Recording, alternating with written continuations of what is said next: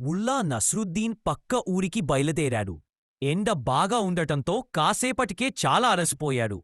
కొంత దూరంలో ఒక పెద్ద మర్రి చెట్టు కనిపించడంతో దాని నీడలో కాసేపు విశ్రాంతి తీసుకోవాలనుకున్నారు. నడుస్తూ వెళ్తున్నప్పుడు అతని కాలికి ఒక పెద్ద గుమ్మడికాయ తగిలింది.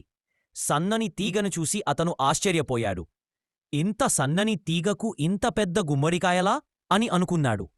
చెట్టు దగ్గరకు వెళ్ళాక కింద చిన్న చిన్న మర్రిపండ్లు కనిపించాయి. ఇంత పెద్ద చెట్టుకు ఇంత చిన్న పండ్లా? ఇది అన్యాయం.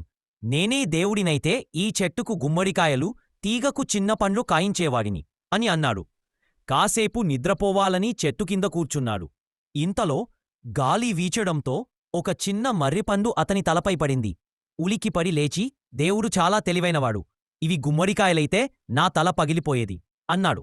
తన తప్పు గ్రహించి దేవుడి సృష్టి పరిపూర్ణమని ఒక్కకొని వినయంతో తన ప్రయాణాన్ని కొనసాగించాడు.